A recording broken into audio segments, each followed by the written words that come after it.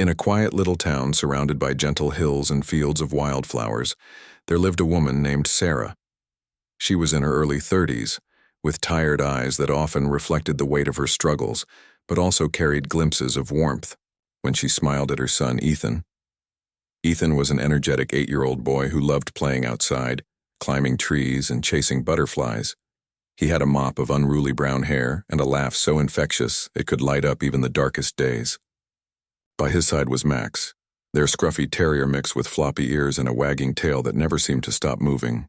Max wasn't just a pet, he was family. Sarah worked tirelessly to provide for Ethan and Max. She juggled 2 jobs, one as a waitress at a local diner during the day and another cleaning offices late into the night. Despite her efforts, money was always tight. Bills piled up faster than she could pay them off, and no matter how hard she tried, it felt like she was fighting a losing battle. The stress gnawed at her, leaving her exhausted both physically and emotionally. Some nights after tucking Ethan into bed and making sure Max had enough food, she would sit alone in the dim glow of a single lamp, staring blankly at the walls. Her mind swirled with thoughts of failure, guilt, and fear about what the future held. Ethan didn't fully understand why his mom looked so sad all the time. To him, life was simple: school, playtime, and bedtime stories shared under the covers. He adored his mother deeply and trusted her completely. Whenever he asked why she seemed so tired lately, she'd force a smile and say, "Don't worry, sweetheart. Everything will be okay." But deep down, Sarah knew things weren't okay. Not really. One particularly difficult week pushed Sarah to her breaking point. She lost her second job because the company decided to cut costs, leaving her without half of her income. Panic set in as she stared at the stack of unpaid bills on the kitchen table. How would she afford rent? What if they got evicted? Would Ethan have enough to eat? These questions haunted her every waking moment. Sleep became elusive, replaced by restless tossing and turning as her mind replayed worst-case scenarios over and over again. It was during this overwhelming period that a dark thought crept into Sarah's mind, a thought so terrible she initially recoiled from it. What if Ethan and Max would be better off without her? After all, she reasoned bitterly, she hadn't been able to give them the life they deserved. Maybe someone else, a foster family or kind strangers, could offer them stability and happiness. The idea lingered, growing stronger each day until it consumed her completely. On a bitterly cold winter evening, Sarah made a decision she hoped would save her son and dog from further hardship. She bundled Ethan warmly in his favorite coat and grabbed Max's leash. Together they walked to a nearby park on the outskirts of town. It was a place they visited often, where Ethan played on the swings and Max chased squirrels across the grass. This time, however, the atmosphere felt different. The air was heavy with silence, broken only by the crunch of snow beneath their boots.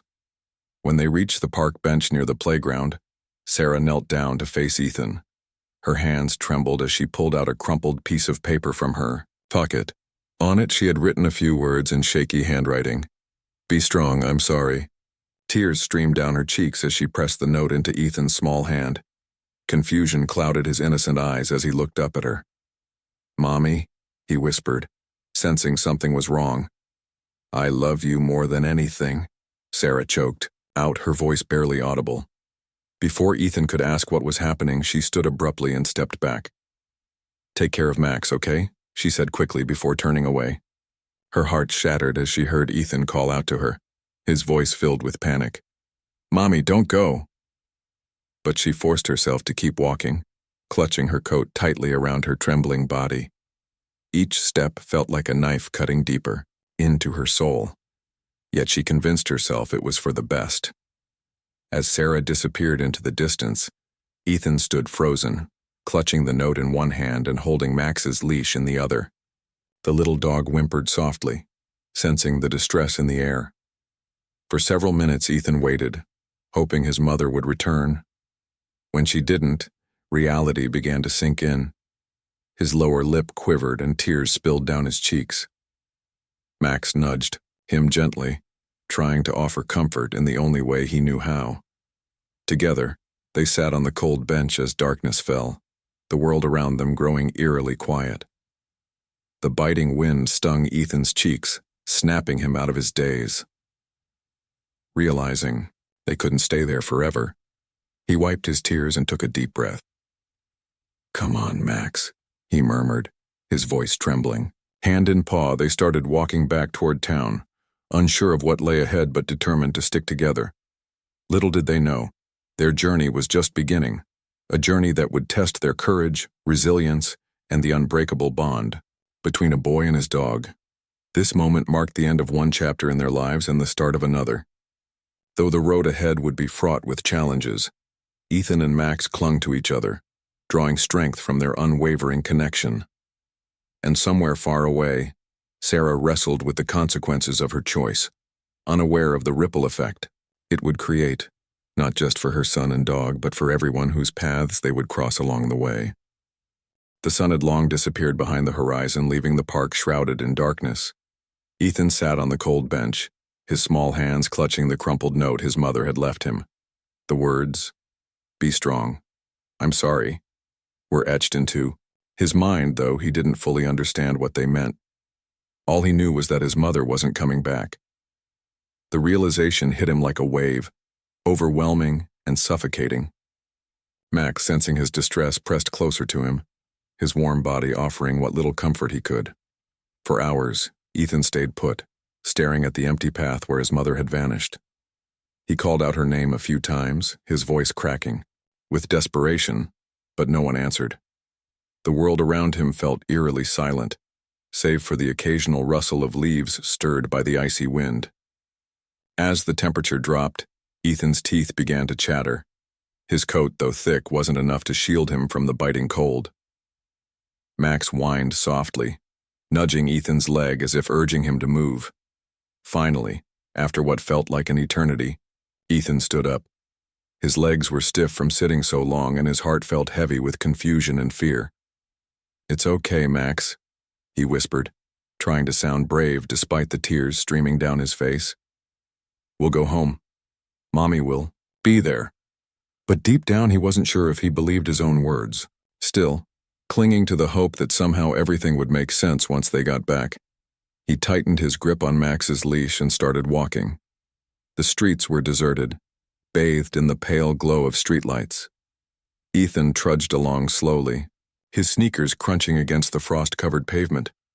Every step seemed harder than the last, not just because of the cold, but because of the growing dread in his chest. When they finally reached their apartment building, Ethan hesitated outside the door. Something about it looked different, lonelier.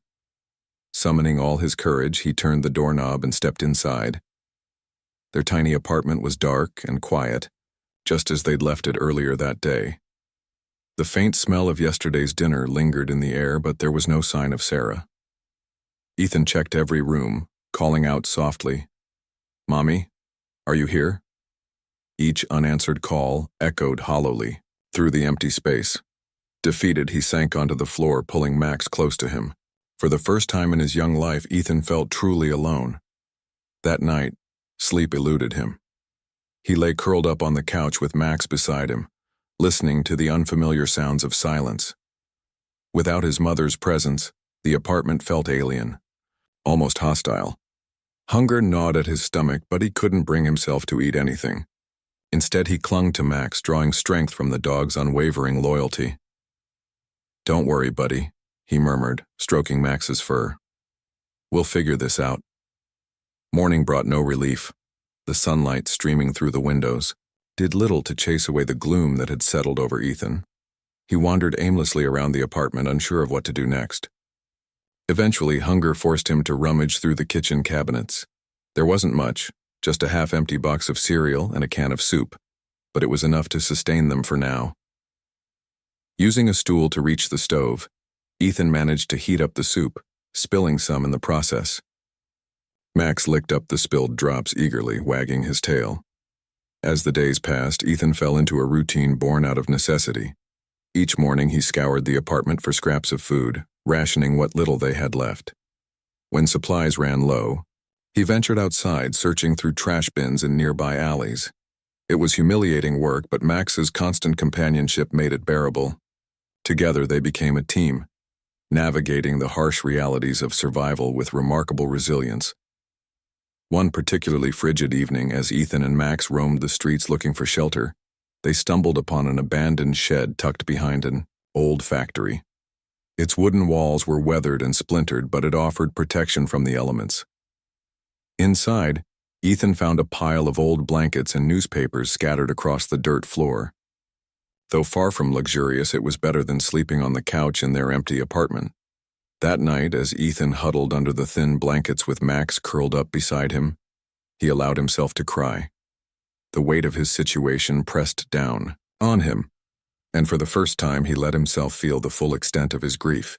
Max licked his face gently, as if reminding him that he wasn't entirely alone. Despite the hardships, Ethan refused to give up. He told himself that his mother must have had a good reason for leaving, even if he couldn't understand it yet. Maybe she was coming back soon. Maybe she needed help too. These thoughts kept him going, fueling his determination to survive until they were reunited. In the meantime, he focused on taking care of Max, who depended on him completely. The bond between boy and dog grew stronger with each passing day, becoming a lifeline in their darkest moments. Ethan also discovered hidden reserves of resourcefulness within himself. He learned how to identify which dumpsters were most likely to contain edible food, how to light a small fire using scraps of wood, and how to patch up holes in his clothes with safety pins. Max proved invaluable during these tasks, using his keen sense of smell to find food and his sharp ears to alert Ethan to approaching danger. Their teamwork was seamless, built on trust and mutual dependence. Yet despite their progress, loneliness gnawed at Ethan constantly. He missed his mother desperately, longing for her hugs, her laughter, and the comforting rhythm of her voice reading bedtime stories. Sometimes, he imagined her walking through the door of the shed, smiling and apologizing for being gone so long. Other times, anger bubbled to the surface and he wondered why she had abandoned them. These conflicting emotions left him emotionally drained, but he never let them consume him entirely. Instead, he channeled his energy into surviving, holding onto the hope that someday things would get better. One afternoon, while scavenging near the town square, Ethan noticed a kind-looking elderly woman watching him from across the street. She had silver hair tied neatly in a bun and wore a warm woolen coat that contrasted sharply with the dreary surroundings. At first, Ethan avoided her gaze, wary of strangers. But when she approached him cautiously, holding out a paper bag filled with sandwiches, he hesitated. Hunger won out over caution, and he accepted the food with a mumbled, "Thank you." The woman introduced herself as Mrs. Harper, explaining that she often helped people in need. Her gentle demeanor put Ethan at ease, and for the first time in weeks he felt a glimmer of hope. Over the next few days, Mrs. Harper continued to check on him, bringing more food and warm clothing. Slowly, she earned his trust, coaxing fragments of his story from him. When she learned about Sarah's disappearance, her expression softened with sadness. "You're very brave, Ethan," she said, patting his shoulder. "But you shouldn't have to go through this alone." Mrs. Harper promised to help, and true to her word, she contacted local authorities.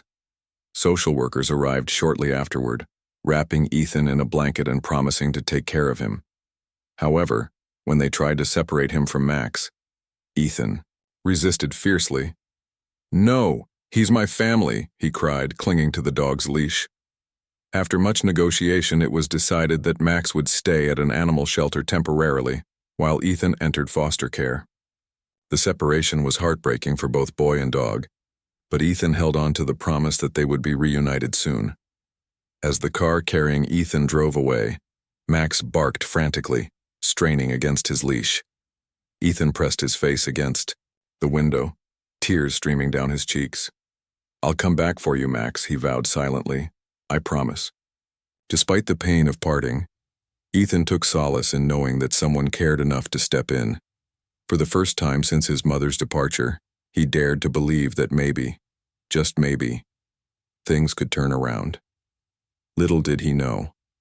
The road ahead would still hold challenges, but it would also lead to unexpected kindness, healing, and the possibility of redemption. The days following Ethan's placement in foster care were a blur of unfamiliar faces, strange routines, and overwhelming emotions. He was taken to a modest house on the outskirts of town, where a middle-aged couple named Mr. and Mrs. Bennett welcomed him with cautious smiles. They seemed kind enough, offering warm meals, clean clothes, and a cozy bed. But Ethan couldn't shake the feeling that he didn't belong there. Every corner of the house felt foreign, every sound unfamiliar. The walls were painted a cheerful yellow, but to Ethan they might as well have been gray. His heart ached for the comfort of his own home, for the presence of his mother, and most of all for Max. Mrs. Bennett tried her best to make him feel at ease. She cooked his favorite foods, or what she guessed might be his favorites, and encouraged him to play with their children who were older than Ethan and often too busy with schoolwork or friends to pay him much attention. At night, when the house grew quiet, Ethan lay awake staring at the ceiling, clutching the crumpled note from his mother tightly in his hand. It had become his only connection to the life he once knew, a fragile thread tying him to the past. During the day, Ethan spent hours gazing out the window, hoping against hope that Max would somehow appear in the yard. He imagined the little dog bounding toward him, tail wagging furiously, ready to leap into his arms. But reality was far crueler. Max was miles away, confined to a kennel at the animal shelter. The thought of his loyal companion locked up, cold, and lonely, broke Ethan's heart even further. Whenever Mrs. Bennett noticed his melancholy gaze, she'd offer gentle reassurances. "Don't worry, sweetheart. We're working on getting Max back to you," she'd say. But her words offered little comfort. To Ethan, promises felt hollow unless they came true. Meanwhile, Mrs. Harper hadn't forgotten about Sarah. After learning about Ethan's situation, she couldn't stop thinking about the boy's mother, the woman who had left behind such a deep void in her son's life. Something about the story gnawed at her. Why would a mother abandon her child? What kind of desperation could drive someone to such an act? These questions haunted Mrs. Harper, compelling her to dig deeper. Her investigation began with simple inquiries around town. She visited the diner where Sarah used to work, chatting casually with the staff. She was always so hard-working, one waitress recalled, shaking her head sadly.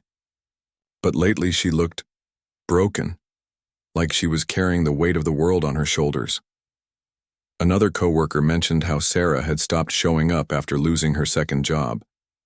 "We thought maybe she moved away or found something better," the woman admitted. "Now I wonder if we should have done more." Mrs. Harper also spoke to Sarah's neighbors, piecing together fragments of information that painted a clearer picture of the struggles Sarah had faced. One elderly neighbor recounted seeing Sarah sitting outside late at night, staring blankly into the distance. "I offered to help once, but she just smiled and said everything was fine," the woman told Mrs. Harper. "Looking back, I realized she must have been putting on a brave face." As the puzzle pieces came together, Mrs. Harper discovered that Sarah's downward spiral had been fueled by mounting debt, untreated depression, and feelings of inadequacy as a single mother. Her financial troubles had spiraled out of control after losing her second job, leaving her unable to keep up with rent and bills. Yet, despite her hardships, Sarah had never reached out for help, either out of pride or fear of judgment. Instead, she had retreated further into herself, isolating from those who cared about her. Determined to find Sarah, Mrs. Harper followed a lead that pointed to a run-down motel on the edge of town. The building was bleak and uninviting, its peeling paint and flickering neon sign giving it an air of neglect. Inside, the receptionist reluctantly confirmed that a woman matching Sarah's description had checked in weeks ago and hadn't left since. Armed with this knowledge, Mrs. Harper alerted the authorities, who accompanied her to the room listed under Sarah's name. When they knocked on the door, there was no immediate response. After a few tense moments, a faint voice called out, "Who is it?" The door creaked open just enough to reveal Sarah's gaunt face. Her eyes widened in shock when she saw Mrs. Harper standing there alongside two police officers. For a moment, nobody spoke. Then tears began streaming down Sarah's cheeks as the weight of her actions crashed over her like a tidal wave. "Where's my son?" she whispered hoarsely, her voice trembling. "Is he okay?" The officers explained that Ethan was safe, living temporarily with foster parents while arrangements were being made for his care. Sarah collapsed onto the floor, overwhelmed by guilt and relief. She confessed everything, the crushing despair, the belief that abandoning Ethan was the only way to spare him from suffering, and the endless nights spent tormented by regret. Her confession was raw and painful, revealing the depth of her anguish. Moved by Sarah's vulnerability, Mrs. Harper urged the authorities to consider rehabilitation rather than punishment. "This isn't a case of neglect or cruelty," she argued passionately. "This is a mother who needs help, real help. If we can support her, she can rebuild her life and reunite with her son."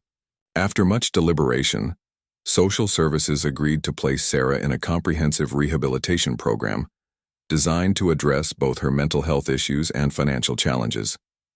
She was enrolled in therapy sessions, provided access to affordable housing, and connected with community resources aimed at helping individuals regain stability. Though the road ahead would be long and difficult, Sarah committed herself fully to the process, driven by a fierce determination to win back her son's trust. Back at the foster home, Ethan continued to adjust to his new surroundings. While he appreciated the Bennett's kindness, he remained withdrawn, retreating into himself whenever memories of his mother or Max surfaced. Mrs. Bennett noticed his sadness and decided to involve him in activities that might lift his spirits. She took him to the park, baked cookies with him in the kitchen, and even let him borrow books from her personal library. Slowly, Ethan began to open up, sharing snippets of his life before the separation. One evening, as they sat together on the couch reading a storybook, Mrs. Bennett broached the subject of Max. "You miss your dog very much, don't you?" she asked gently. Ethan nodded, his lower lip quivering. "I know it's hard being apart from him," she continued, "but I promise we're doing everything we can to bring him back to you." Ethan looked at her, his wide eyes filled with a mixture of hope and skepticism. "Do you really think it'll happen?" he asked softly. "I do," Mrs. Bennett replied firmly, "and until then we'll take good care of you." True to her word, Mrs. Bennett worked tirelessly behind the scenes to expedite Max's release from the shelter. She coordinated with animal welfare organizations, gathered documentation proving Ethan's ownership of the dog, and advocated for special consideration given the circumstances. Her persistence paid off when, after several weeks of effort, approval finally came through. On the day Max was scheduled to return, Ethan barely contained his excitement. He paced anxiously near the front door, glancing out the window every few minutes. When the car pulled into the driveway, he bolted outside, nearly tripping over his feet in his haste. As soon as Max leapt out of the vehicle, the reunion was nothing short of magical. The little dog barked joyfully, jumping into Ethan's arms and covering his face with wet kisses. Ethan laughed and cried simultaneously, holding Max so tightly it was as if he feared letting go again. Watching the scene unfold, Mrs. Bennett wiped away a tear. In that moment, she knew that despite the hardships they had endured, Ethan and Max shared a bond that not even the harshest trials could break. And though the journey wasn't over yet, with Sarah still working toward redemption, the sight of boy and dog reunited was a powerful reminder that love and resilience could overcome even the darkest storms. The weeks following Max's return to Ethan marked a turning point in their lives. The little dog's presence brought a renewed sense of stability and comfort to the foster home, filling the empty spaces with wagging tails and joyful barks. For Ethan, having Max by his side again felt like finding a missing piece of himself. Yet even as their bond grew stronger, the absence of Sarah lingered heavily in the air. Ethan often caught himself staring out the window, wondering if she thought about him as much as he thought about her. Would she ever come back? And if she did, would things be different? Mrs. Harper continued to play an instrumental role in piecing together the fractured family. She visited Ethan regularly, bringing updates about Sarah's progress in rehabilitation. At first, these visits were met with mixed emotions. On one hand, Ethan was eager to hear news about his mother. On the other, He struggled to reconcile his love for her with the anger and confusion that still simmered beneath the surface. "How is she?" he'd ask hesitantly, clutching Max close to him as though seeking reassurance. "She's working hard," Mrs. Harper would reply gently. "Every day she's taking steps to get better. For you." Though Ethan nodded, he wasn't entirely convinced. To him, working hard seemed abstract, intangible. What did it mean exactly? Was she truly sorry for leaving him? Or had she simply changed her mind because people told her to? These questions swirled in his mind, unresolved and unsettling. Meanwhile, Sarah's journey toward healing was anything but easy.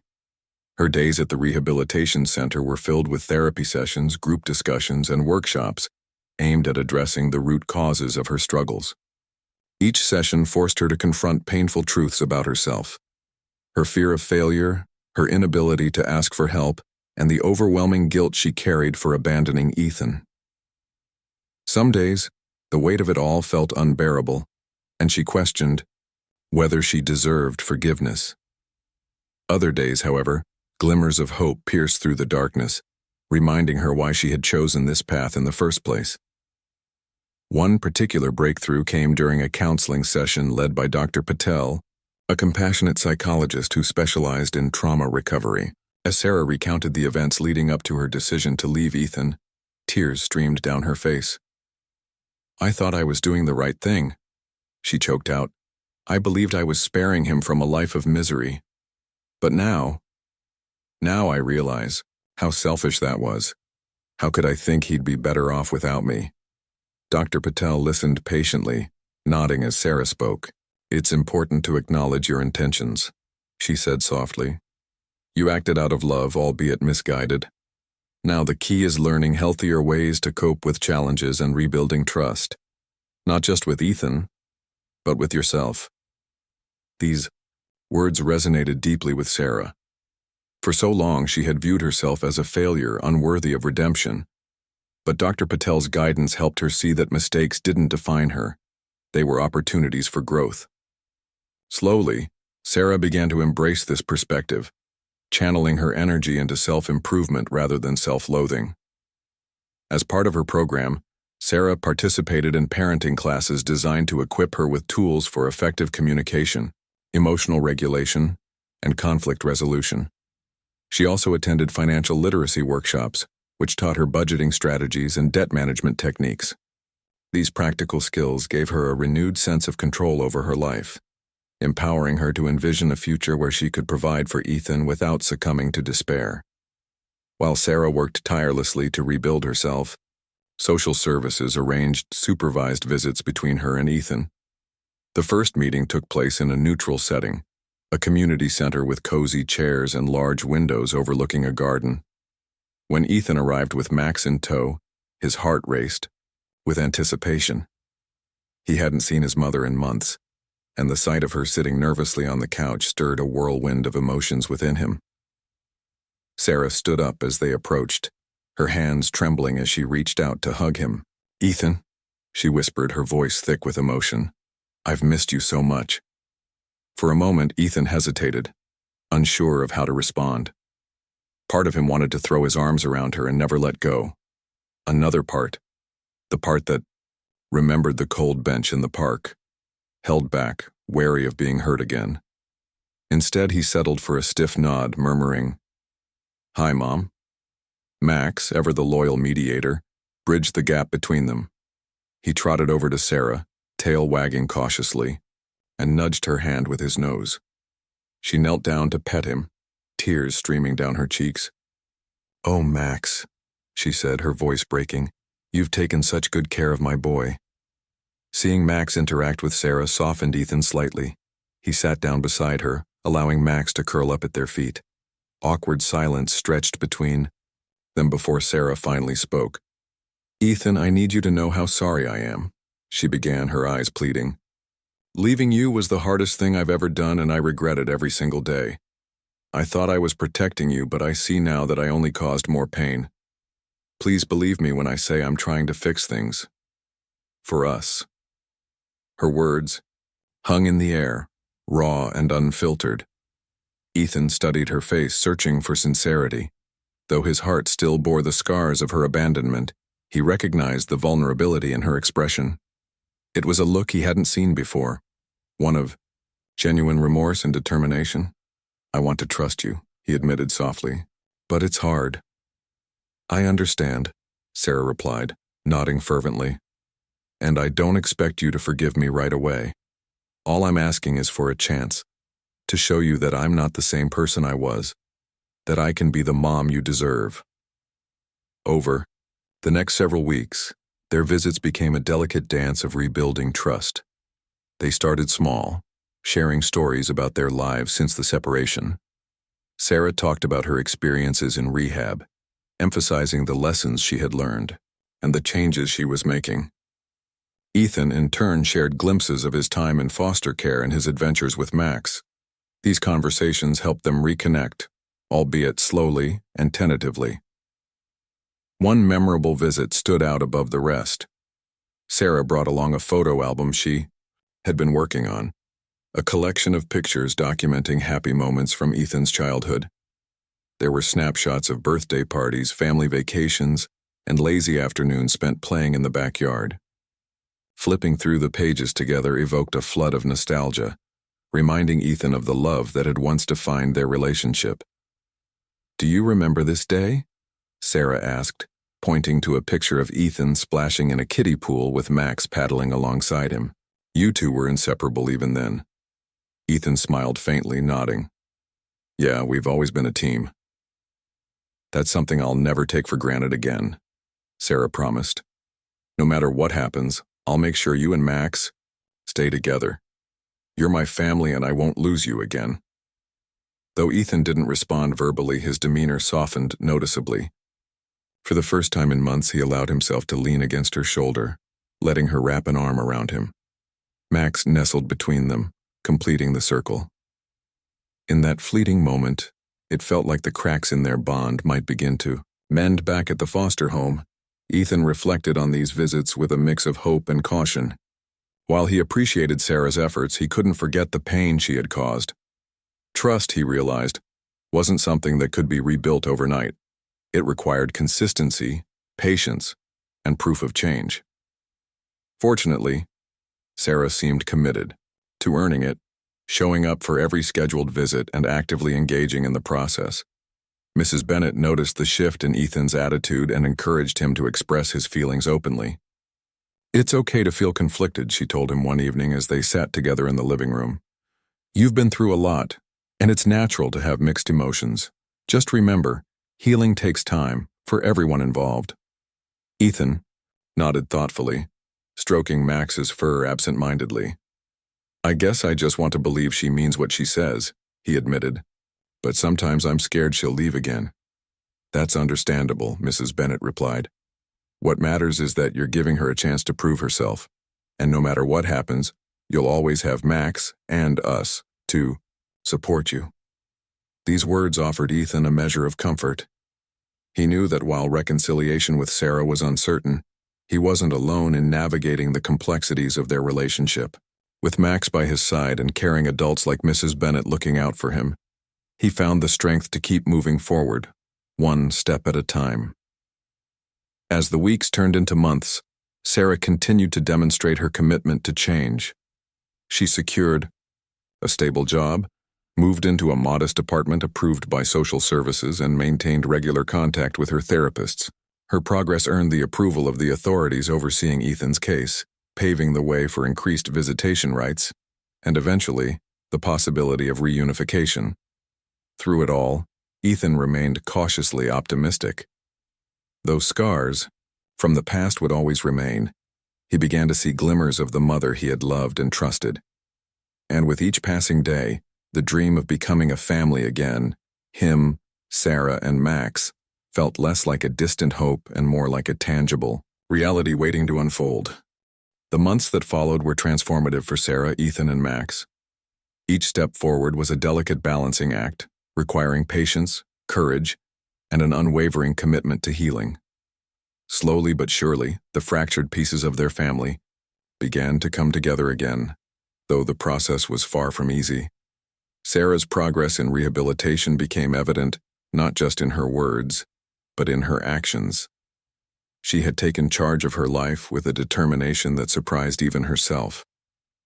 Her new job at a local bookstore allowed her to work regular hours while still having time to focus on Ethan. She rented a small yet cozy apartment, a modest space filled with sunlight and the faint scent of fresh paint. Every corner of the home reflected her efforts to create a warm and welcoming environment for her son and dog. There were colorful curtains, soft rugs, and shelves lined with books she hoped Ethan would enjoy reading someday. To prepare for Ethan's return, Sarah transformed one of the rooms into his bedroom. She painted the walls a cheerful shade of blue, added posters of superheroes he loved, and set up a little bed for Max right beside Ethan's. It wasn't extravagant.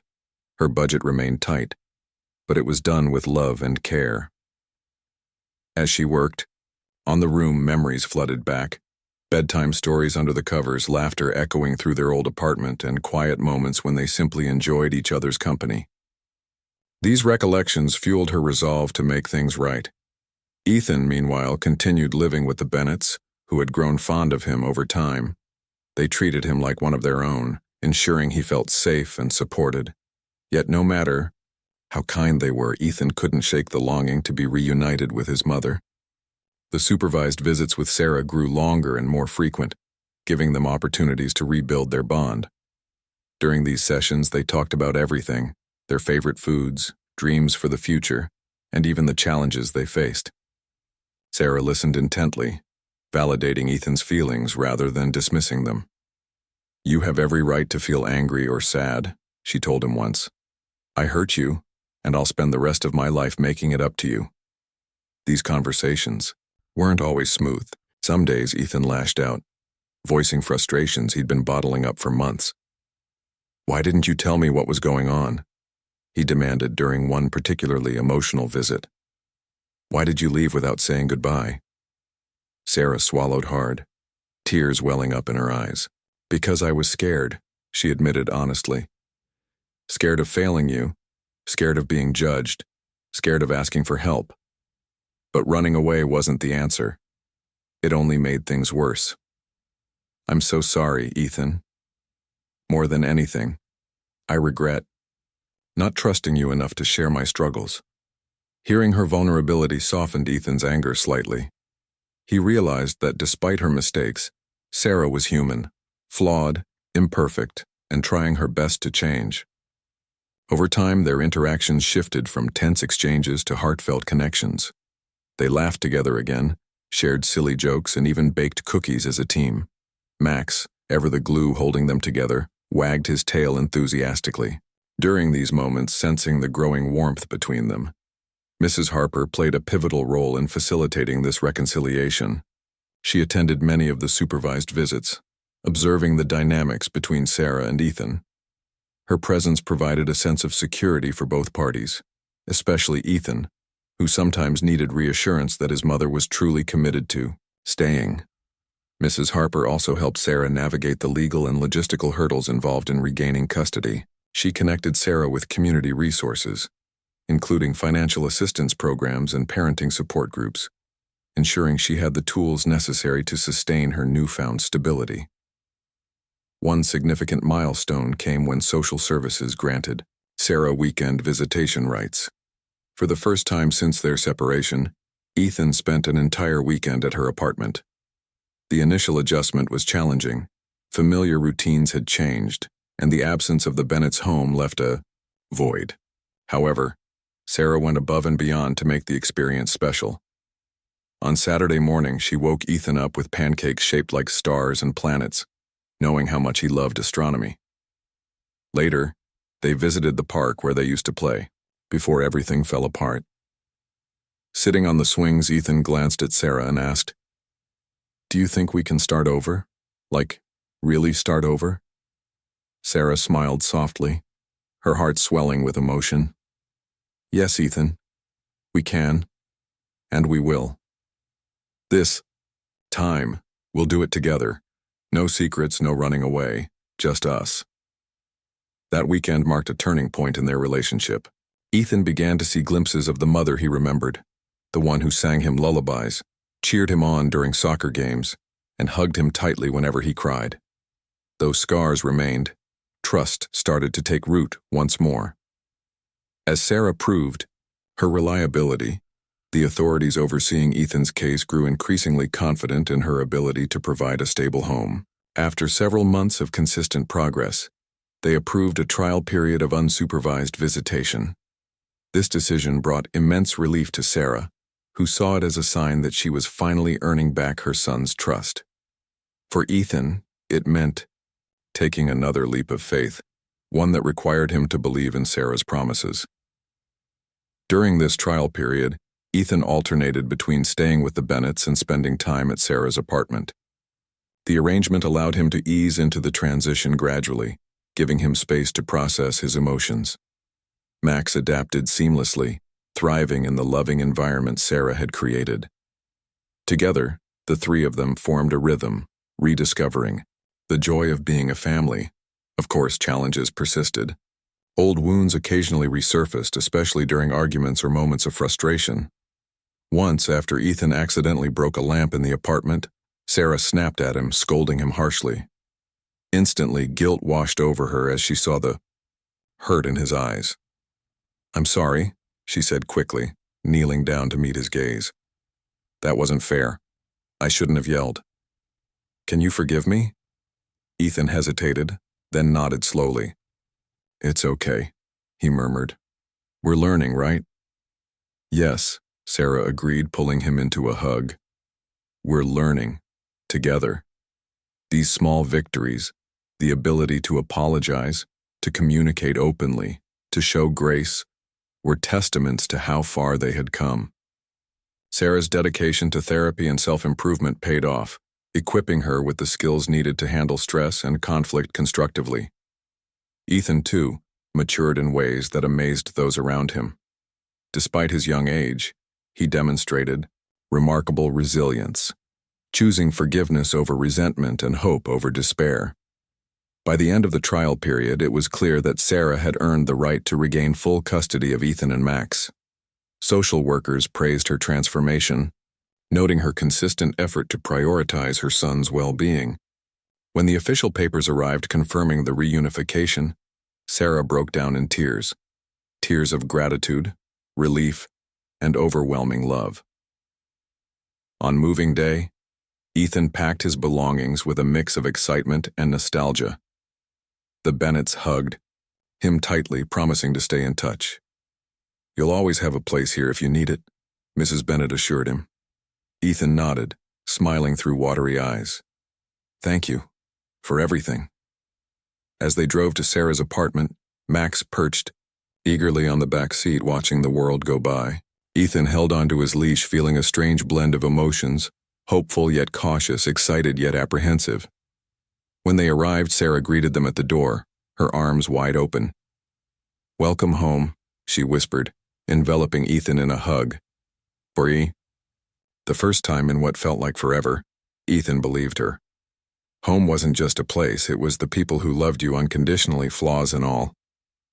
And as he stood there with Sarah and Max, surrounded by the warmth of second chances, he knew they were exactly where they belonged. Their journey wasn't perfect, nor was it complete, but it was theirs, a testament to the power of love, forgiveness, and perseverance. The months following Ethan, Sarah, and Max's official reunification were a testament to the resilience of the human spirit. They moved forward as a family, not without scars, but with a renewed sense of purpose and hope.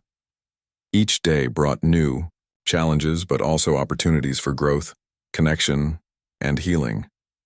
Together, they learned to navigate life in ways that honored their past struggles while embracing the promise of a brighter future.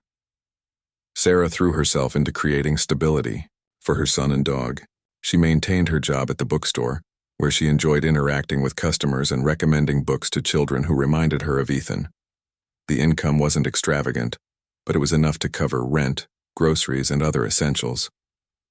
More importantly, the predictable schedule allowed her to spend quality time with Ethan after work. In the evenings, they often sat together on the couch, reading stories or watching movies. Max sprawled out between them, his tail thumping lazily against the floor whenever someone laughed or smiled. To ensure she stayed grounded, Sarah continued attending therapy sessions twice a week. Dr. Patel praised her progress, noting how far she had come since their first meeting. "You've built a strong foundation," Dr. Patel said during one session. "Now it's about maintaining consistency and learning to adapt when challenges arise." Sarah nodded thoughtfully. "I know there will still be tough days," she admitted, "but I feel ready to face them, especially now that I have Ethan and Max by my side." Ethan, too, adjusted remarkably well to their new life together. At school, he thrived academically and socially, earning praise from teachers for his creativity and determination. His classmates admired his storytelling abilities. Inspired by his own experiences, Ethan began writing short stories about courage, friendship, and overcoming adversity. One tale featured a brave boy named Alex and his loyal dog Buddy, who embarked on an epic journey to find their missing mother. When his teacher encouraged him to share the story with the class, Ethan hesitated at first, unsure if others would understand its deeper meaning. But as he read aloud, he noticed nods of approval and murmurs of admiration. For the first time, he realized that sharing his pain could inspire others, and perhaps even help them heal. At home, Ethan and Sarah worked hard to rebuild their relationship. They established routines that fostered trust and open communication. Every Sunday evening, they held what they called family meetings, a time to discuss anything on their minds, whether it was something exciting they wanted to share or a concern they needed to address. During these conversations, Sarah made sure to listen actively, validating Ethan's feelings and encouraging him to express himself freely. One particularly memorable meeting occurred when Ethan confessed his lingering fears about being abandoned again. "Sometimes I worry you'll leave us like before," he admitted softly, avoiding eye contact. Sarah reached out and gently tilted his chin upward so their eyes met. "I can't promise I'll never make mistakes," she said honestly. "But I can promise that I'll always fight for us, for our family. You and Max mean everything to me, Ethan. I'm not going anywhere." Her words reassured him, though it took time for the fear to fully subside. Over the weeks, Ethan found comfort in small gestures, Sarah waking him up each morning with a cheerful smile, packing his favorite snacks in his lunchbox, and tucking him into bed every night. These acts of love reinforced her commitment, helping him let go of some of the lingering doubts. Max remained the heart of their household, a constant source of joy and companionship. His playful antics never failed to lift their spirits, whether it was chasing his tail in dizzying circles or snatching socks from the laundry basket.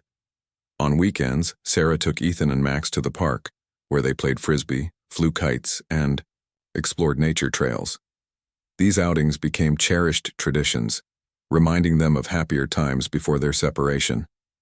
As Sarah rebuilt her life, she also became passionate about advocating for mental health awareness. Drawing from her own experiences, she volunteered at local support groups for single parents struggling with depression and anxiety. She shared her story openly, hoping to inspire others to seek help rather than suffer in silence. Her honesty resonated deeply with many attendees who thanked her for giving them hope. Mrs. Harper, proud of Sarah's transformation, encouraged her to speak at community events and workshops. Though public speaking initially intimidated her, Sarah embraced the opportunity, knowing how much her voice mattered. In addition to volunteering, Sarah joined a financial literacy program aimed at helping low-income families achieve long-term stability. Through this initiative, she learned valuable skills such as budgeting, saving, and investing wisely. With guidance from mentors, she opened a savings account specifically for Ethan's education fund, a tangible symbol of her commitment to securing his future. "No matter what happens," she told him one evening, "you'll always have the tools to chase your dreams." Ethan, inspired by his mother's perseverance, developed a newfound appreciation for hard work and responsibility. He started helping around the house more, tidying up his room, feeding Max, and setting the table for dinner. On weekends, he accompanied Sarah to the grocery store, proudly carrying bags and assisting with meal planning. Their teamwork strengthened their bond, turning mundane tasks into moments of connection. By the end of the year, their lives bore little resemblance to the chaos of the past. Their apartment buzzed with laughter, warmth, and the comforting rhythm of daily routines. Neighbors often commented on how happy they seemed, marveling at the sight of Ethan playing fetch with Max in the courtyard or Sarah chatting animatedly with friends outside. It wasn't perfect. There were still difficult days, but they faced them together, drawing strength from their shared determination to move forward. On a crisp autumn afternoon, Sarah surprised Ethan with a special outing. They drove to a nearby orchard, where rows of apple trees stretched endlessly under a canopy of golden leaves. As they wandered through the orchard, picking apples and sipping hot cider, Sarah paused to look at her son. "Do you remember when we used to dream about adventures like this?" she asked, smiling. Ethan grinned, holding up a shiny red apple. "Yeah, and now we're living them." They spent the rest of the day laughing, exploring, and making memories. That evening, as they returned home, Sarah reflected on how far they had come. From the darkest moments of despair to the triumphs of reconciliation, their journey had been nothing short of extraordinary. Though scars remained, reminders of the hardships they endured, they served as testaments to their resilience and capacity for forgiveness. That night, as Ethan drifted off to sleep with Max curled up beside him, Sarah sat quietly in the living room, gazing at a framed photo of the three of them taken earlier that summer. In the picture, they stood hand in paw, smiling brightly against a backdrop of blue skies and green grass. Tears welled up in her eyes, not of sadness, but of gratitude. Against all odds, they had found their way back to each other. Life would undoubtedly present more challenges in the years to come, but Sarah knew they were prepared to face them head-on, armed with love, trust, and the unbreakable bond they had fought so hard to restore. Together, they proved that no matter how broken a family might become, healing is always possible, with patience, effort, and an unwavering belief in second chances.